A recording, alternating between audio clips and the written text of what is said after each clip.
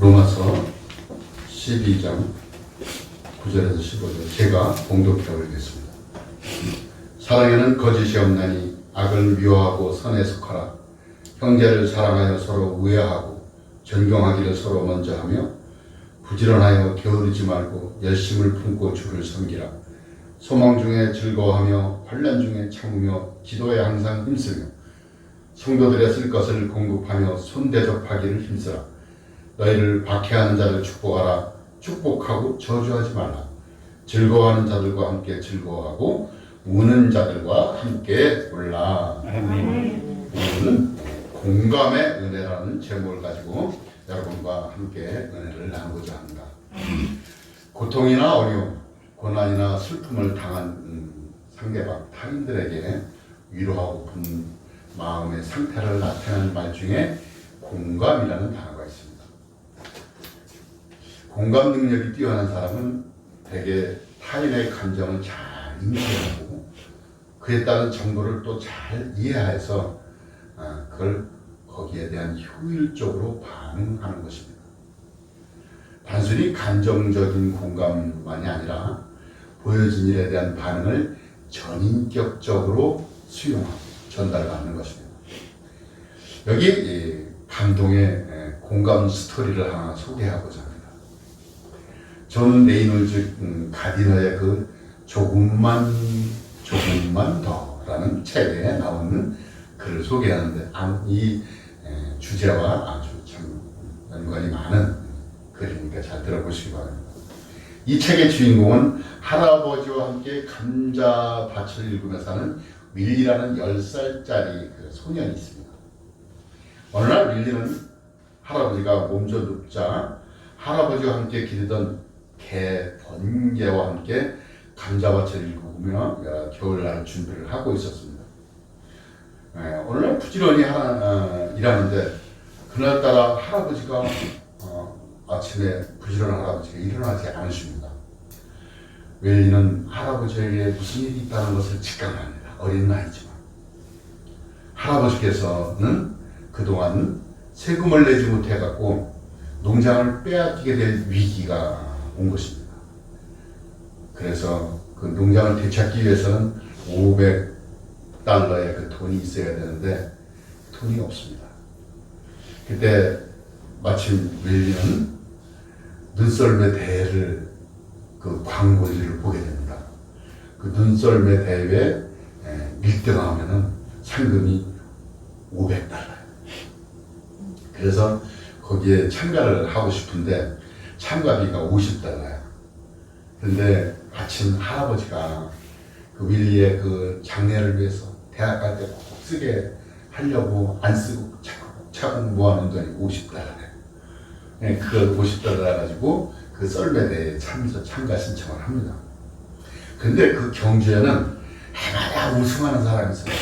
인디안 출신 어른 거인이라는 그런 그 사람이 출전하는데 주변 사람들은 나가지 말라 그래요. 너는 저 사람을 이길 수 없다. 경기를 포기하라고 하지만은 그는 윌리는 그래도 그 집을 찾기 위해서 할아버지를 살리기 위해서 이제 그 경기에 참가를 합니다. 그런데 이제 그 경주를 가는데 윌리는 왜 참가를 하냐면 그 길이 익숙한 일이야. 그래서 열심히 이제 달리기 시작하는데 정말로 이제 결승전이 다가갑니다. 그래서 그 윌리가 외치는 말이 조금만 더 그렇게 외치는 게 이 책의 제목이에요. 이 결승전이 다가가는데 어른 고인은 뒤에 따라오고 있어요. 제 따라오고 많은 사람들 뒤따라오고 있습니다. 근데 그 윌리는 뭔가 무슨 일이 벌어질 것 같은 불길한 생각이 들기 시작합니다. 결국 결승전 눈앞에 왔는데 번개가 심장이 터져 죽습니다. 바로 뒤에 따라오는 어른 거인이 옵니다. 그러더니 갑자기 어른 거인이 윌리 그 전에 탁 썰매를 세우고 돌아서더니 품에서 총을 빼들고 공포를 쏩니다. 그리고 많은 사람들에게 정지 신호를 보냅니다. 여기서 한 발짝 더 나간 사람은 총을 맞아 내가 쏴줍니다. 그래서 결국은 윌리는 그 썰매를 자기 손으로 끌고 그 죽은 번개를 그 썰매에 싣고 끌고 가서 결승전에 우승을 하게 됩니다. 이 이야기는 윌리는 참으로 사력 있고 믿음이 강한 아이였습니다. 어린 아이지만 인디언 또한 어른거인 참으로 멋진 공감의 능력의 사람이었습니다. 그 인디언은 고향 땅을 찾기 위해서 이 대회에 상금을 타고 고향에 가려고 작심하고 그렇게 많은 훈련을 했던 사람입니다. 꼭 우승을 해야만 했던 사람입니다. 또한 이 번개라는 개도 소년 같은 나이, 개 나이가 10살이에요. 개 나이 10살이면 사람 나이로 몇 살입니까? 60살. 환갑을 넘는 나이에요. 근데 그 번개라는 개는 주인에 충성하는, 그저 주인이 달리다가 진짜 최선을 다해서 달리다가 심장이 터져 죽는 그 순간까지 소년과 함께 공감했다는 것입니다. 조금만 더 외치던 윌리가 아무도 예상하지 못한 일을 결국 해내는 것을 보면서 윌리와 할아버지, 번개, 그리고 인디언의 모습을 통해서 느끼는 것이 무엇입니까? 공감의 은혜입니다.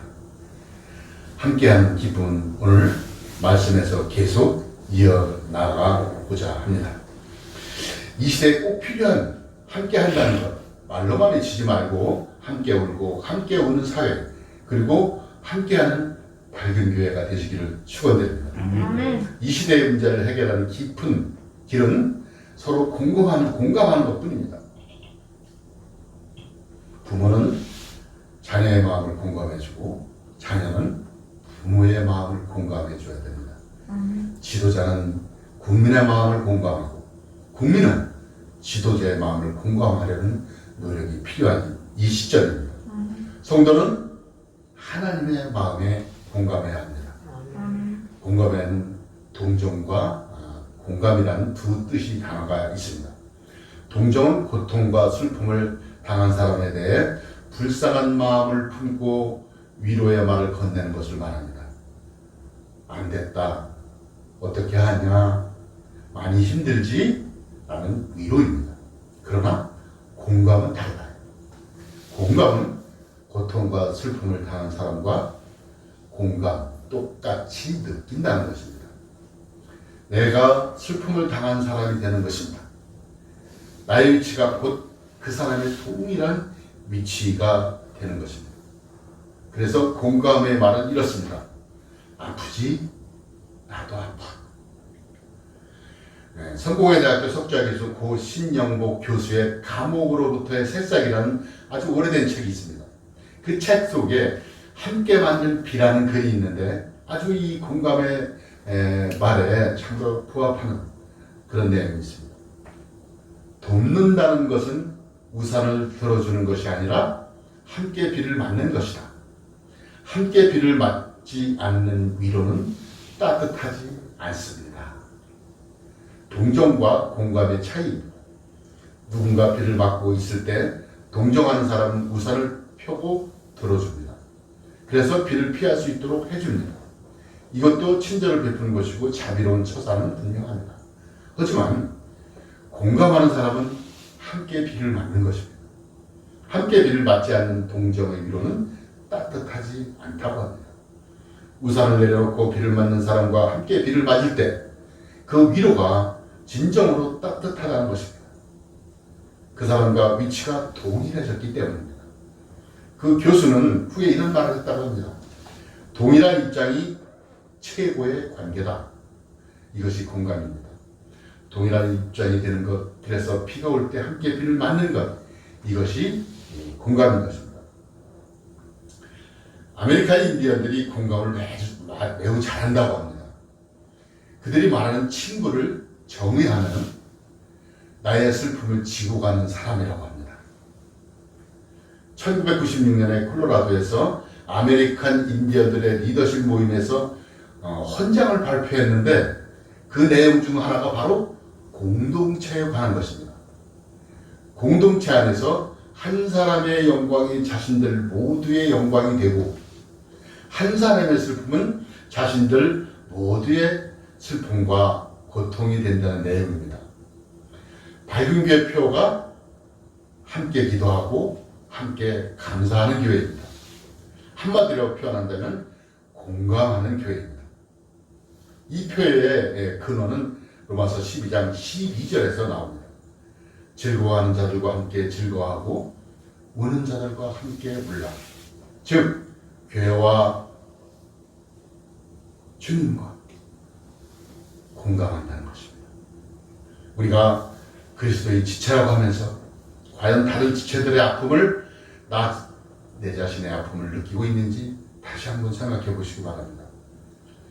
피부의 한 조각이라도 상처를 입으면 그 고통이 온몸으로 느껴지는 것처럼 그리스도의 지체로서 아픔도 기쁨도 함께 느껴야 하는 것입니다.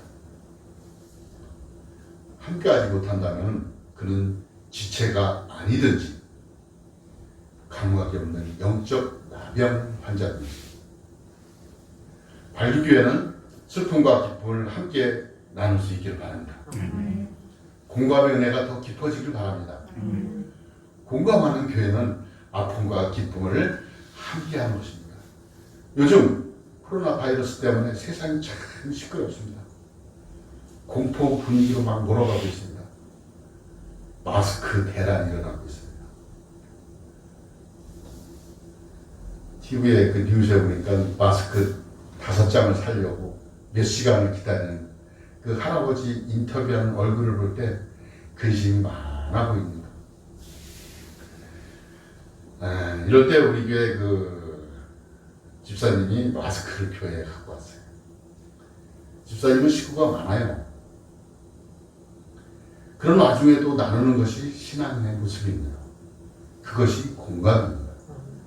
우리 주님이 꼭 기억하고 크게 축복하시리라 믿습니다. 주님의 사랑이 없으면, 주님의 그 공감 능력이 없으면 이런 일을 못합니다. 자기 식구 쓰기에 도우자를 어디를 내놓습니까? 신앙의 참모습은 어렵고 힘들 때 드러나게 되는 것입니다. 믿음의 진부는 고통의 때에 분명하게 드러납니다. 예수님이 다시 오실 때 너희에게 믿음을 보겠느냐. 여러분, 내가 평상시에 하는 믿음의 행함이 그것이 믿음의 실상인 것입니다. 교회에 와서만 예배드린다고 믿음이 아닙니다. 생활이 믿음이 되어야 되는 것입니다. 생활이 예배가 되어야 되는 것입니다. 주님과 건강한 믿음으로 하늘가는 밝은 길에 나고자가 되지 않기를 바랍니다. 오늘 메시지의 핵심은 서로가 깊이 공감한다는 것입니다. 예수님은 어떻게 공감하라고 했습니까? 15절 즐거워하는 자들과 함께 즐거워하고 우는 자들과 어떻게 하라고? 함께 울라는 거죠. 즐거워하는 것은 같이 즐거워할 수 있습니다. 그러나 우는 것은 함께 울기는 쉽지 않습니다. 공감이 아닌 것은 함께하지 못합니다. 예수님이 보여주신 사람은 기쁨과 아픔을 깊이 공감하는 것입니다. 예수님은 특히 소외되고 병든 자와 공감하셨습니다. 예수님은 사람들의 질병을 고칠 때마다 그 사람들을 불쌍히 여기는 마음을 가지셨습니다. 긍휼히 여기는 마음과 불쌍히 여기는 마음이 예수님이 베푼 기적의 동기입니다.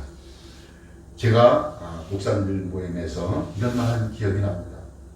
병든 자, 아픈 사람을 위해 기도할 때 그 사람의 고통과 아픔이 기도하는 자에게 전달되어 공감할 때 하나님의 능력이, 하나님의 은혜가 임한다고 말입니다. 제가 가끔 안수할 때가 있습니다. 근데 안수를 하다가 기도를 진행하지 못할 때가 있습니다. 왜 그럴까요? 그 사람의 아픔이 전달되어 와서 공감하기 때문입니다. 예수님의 마음으로 성령을 모신 우리는 성령은 하나이기 때문에 그 기도 받는 자나 기도하는 자가 성령으로 인해서 하나가 되는 거죠. 공감하는 것입니다. 예수님은 나사로가 죽었다는 소식을 들었을 때 예수님은 어떤 반응을 하셨습니까? 함께 눈물을 흘리셨습니다. 예수님은 하나님의 신성을 가진 동시에 우리와 같은 똑같은 인성을 또 아픔을 느끼는 완벽한 또 인간이셨습니다. 그래서 예수님은 우는 사람들과 함께 울고 즐거워하는 사람들과 함께 즐거워하라고 하셨습니다. 우리도 예수님처럼 공감하는 믿음의 자녀들이 다 되시기를 축원드립니다. 어머니는 갓난아기를 안고서 무의식 중에 1분에 한 번씩 내가 너의 아픔을 안다, 내가 너를 사랑한다, 내가 너를 지켜본다는 신호를 보낸답니다. 이렇게 공감하는 어머니의 사랑을 통해 양육된 아이는 성인이 되어서 다른 사람의 입장을 잘 공감한다고 합니다. 반대로 부모로부터 공감을 받지 못하고 성장한 아이는 성인이 되어서 다른 사람들의 입장이나 마음을 살피는 공감 능력이 부족합니다. 공감 능력은 긍휼한 마음에서 출발합니다. 마태복음 5장 7절에 긍휼히 여기는 자는 복이 있나니 저희가 긍휼히 여김을 받을 것이며, 긍휼이라는 단어는 히브리 원어로 라함이라는 단어인데 이 단어의 뜻은 아이를 임신한 어머니의 자궁에서 나온 말입니다. 어머니가 뱃속에 아기를 향한 마음, 그것이 긍휼이라는 것입니다. 우리는 예수님의 긍휼의 마음을 가져야 할 줄 믿습니다. 여러분, 아주 가난한 시절, 그 오래된 얘기도 아닙니다.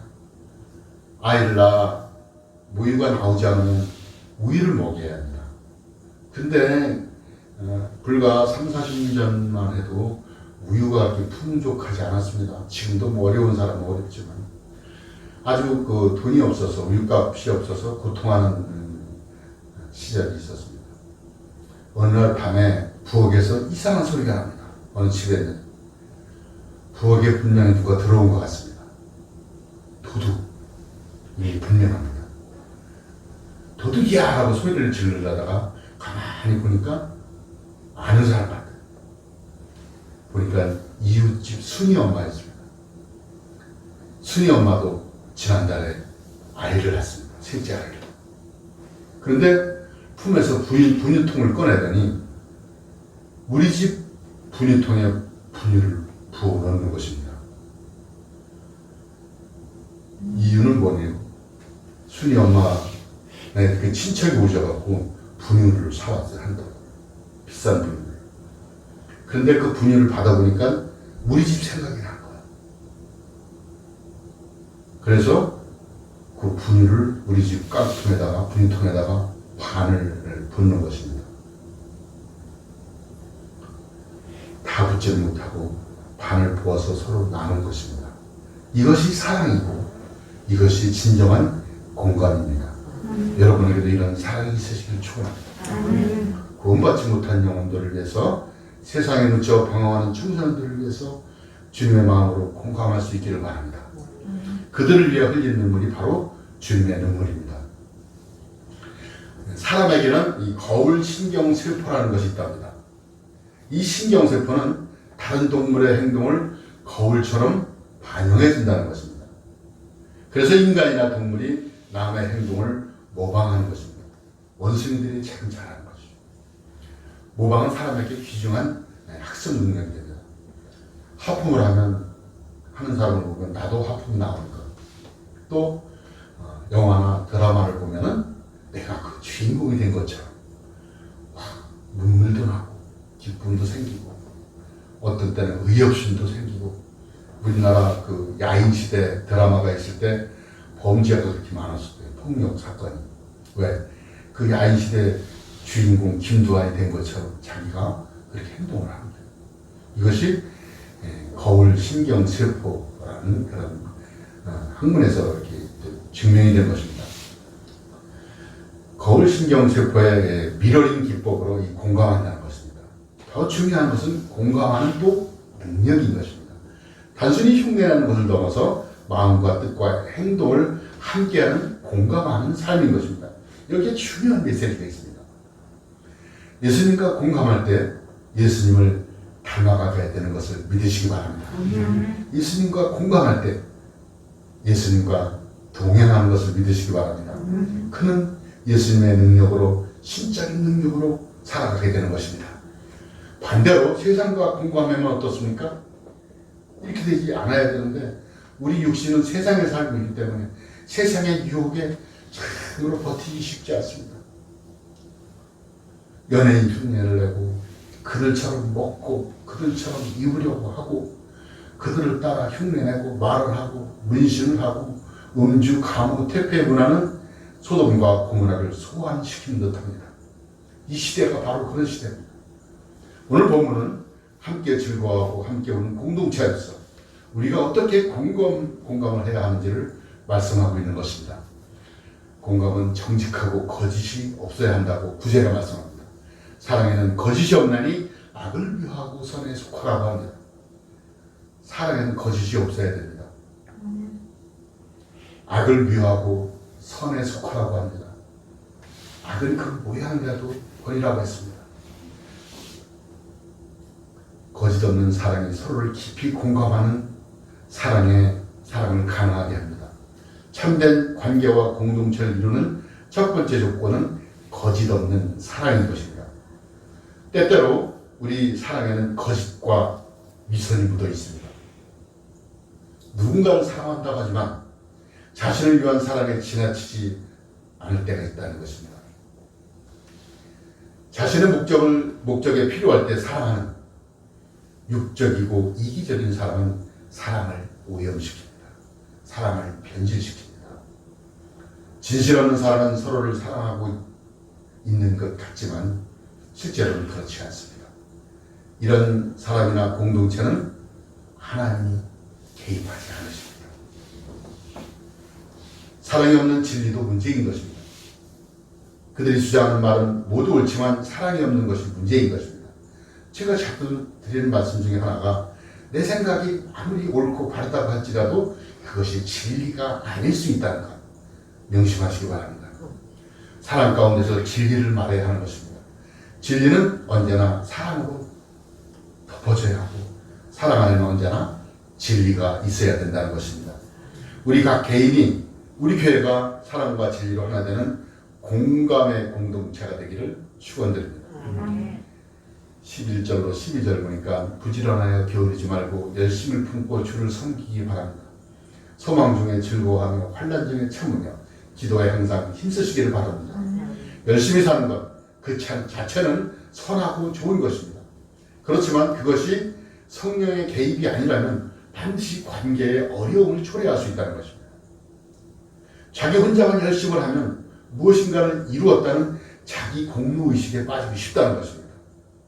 그러나 성령의 도우심으로 열심을 하는 그 열심에서 하나님의 영광이 드러납니다. 자기 혼자만 열심히 하면 상대방이 느끼는 감정과 느낌을 공감하기 어렵습니다. 자기 입장만 주장하게 됩니다. 그렇지만 성령의 도우심과 인도하심으로 열심을 내게 해서 헌신하고 충성하고 봉사한다면 상대방의 감정과 마음을 공감하는 능력이 생긴다는 것입니다. 주님 뜻대로 순종하는 사람들의 공통점이 뭡니까? 생각과 마음이 하나가 된다는 것입니다. 가끔 교회에서 추구하는 일들이 내 마음에 들지 않거나 하기 싫을 때 조심하시기 바랍니다. 그는 성령으로 하나가 되지 못하고 있다는 위험 신호일 수도 있다는 것입니다. 남이 열심히 한다고 내가 열심을 내서도 위험합니다. 제가 말씀드렸죠. 성령 충만은 흉내로 할 수 있는 것이 아니라 하나님의 하나님의 자녀인 여러분들은 성령을 통하여 공감하는 능력이 있으시길 바랍니다. 아직 그렇지 못하다면 성령 충만을 위해 기도해야 할 것입니다. 그렇다면 완전한 공감은 어디에 있겠습니까? 성육신입니다. 성경에서 공감의 대표적인 사건은 성자 하나님이신 예수 그리스도께서 인간이 되어 성육신하신 사건입니다. 예수님은 하나님이십니다. 그런데 그 하나님은 우리와 같이 종의 형체를 지니신 인간으로 오셨습니다. 그래서 우리가 누리는 기쁨은 물론이고 우리가 당하는 고통과 슬픔, 굶주림과 목마름까지도 똑같이 우리 주님은 경험을 하셨습니다. 심지어는 죽음까지도 경험을 하셨습니다. 예수님은 우리가 받아야 할 죄의 심판을 우리를 대신에 받으시고 십자가에 죽으셨습니다. 그야말로 우리와 완전한 공감을 이루신 것입니다. 믿음이라고 하는 것은 예수님이 이 땅에 이루신 완전한 공감하신 것을 믿는 것입니다. 갈라디아서 2장 20절에 내가 그리스도와 함께 십자가에 못 박혔나니 그런즉 이제는 내가 사는 것이 아니요 오직 내 안에 그리스도께서 사시는 것이라. 이제 내가 육체 가운데 사는 것은 나를 사랑하사 나를 위하여 자기 자신을 버리신 하나님의 아들을 믿는 믿음 안에서 사는 것이라. 2000년 전 예수님만 십자가에 못 박힌 것이 아닙니다. 내가 그리스도와 함께 십자가에 못 박혀 죽은 것을 믿으시기 바랍니다. 왜냐하면 예수님이 우리와 완전한 공감을 이루셨기 때문입니다. 그런즉 이제는 나 홀로 사는 것이 아닙니다. 내 안에 나와 완전한 공감을 이루시고 계신 예수 그리스도께서 살고 계시는 것을 믿으시기 바랍니다. 그렇게 나와 공감을 이루신 예수님은 그 예수님을 믿는 것이 참된 믿음인 것을 믿으시기 바랍니다. 예수님의 공감은 이웃 사랑에서 꽃을 피웁니다. 요한복음 14장 34절에 새 계명을 너희에게 주노니 서로 사랑하라. 내가 너희를 사랑한 것 같이 너희도 서로 사랑하라고 하십니다. 그동안 우리의 사랑이 동정에 머물렀다면 예수님이 공감을 이루어 우리를 사랑하신 것처럼 우리도 서로 사랑하라고 하십니다. 그것이 새로운 계명입니다. 우리가 새 계명으로 말씀하신 공감의 사랑을 실천한다면, 그래서 이웃이 아플 때 나도 아프고, 비가 올 때 함께 비를 맞고, 즐거워하는 자들과 함께 즐거워하고, 우는 자들과 함께 울며 예수님이 우리를 사랑하신 것처럼 우리가 서로 사랑한다면 밝은 교회는 세상에 후원의 밝은 빛을 비추게 될 것입니다. 이기심으로 가득 차 있는 세상에도 밝은 교회 성도가 가는 곳마다 세상에 어두움이 물러나고 하나님의 찬란한 구원의 빛이 임하시기를 축원드립니다. 함께 기도하고 함께 감사하는 이 은혜의 빛이 꺼지지 않고 우리의 모두의 심령과 가정과 교회와 이웃에게 넘치시기를 예수님의 이름으로 축원드립니다. 기도하겠습니다. 거룩하시고 자비로우신 아버지 하나님 감사합니다. 고통하고 아파하는 부르짖음이 여기저기에서 들려오고 있습니다. 나만 편안하는 데는 아니라면서 벗어나서 모든 슬픔과 부르짖음이 나의 아픔이 되게 하여 주옵소서. 공감의 능력으로 회복하게 하여 주옵소서. 성도의 아픔과 연약함이 나의 아픔과 슬픔이 되게 하여 주옵소서. 함께 즐거워하고 함께 우는 주님의 마음을 품고 그리스도의 아름다운 밝은 교회가 되게 하여 주옵소서. 거짓 없는 사랑으로 성령으로 뜨거워진 마음으로 그리고 겸손한 마음으로 아름다운 교회 되게 하여 주옵소서. 특별히 원하옵기는 코로나 바이러스 문제로 어려움을 당하는 사람들을 위로하여 주옵시고 치료하여 주옵시고 회복하여 주옵소서. 이 어지러운 세상 다시 온전하게 정상적으로 회복할 수 있도록 하나님의 은총을 내리워 주옵소서. 주님의 긍휼하심과 치유의 은혜가 있게 하여 주옵소서. 이 일을 통하여 하나님의 일하심과 섭리를 깨닫게 하여 주옵시고 주의 오신 날 가까움에 기름 준비하는 5천의 심정을 가지고 깨어있는 성도가 되게 하여 주옵소서. 예수님의 이름으로 기도하옵나이다. 아멘.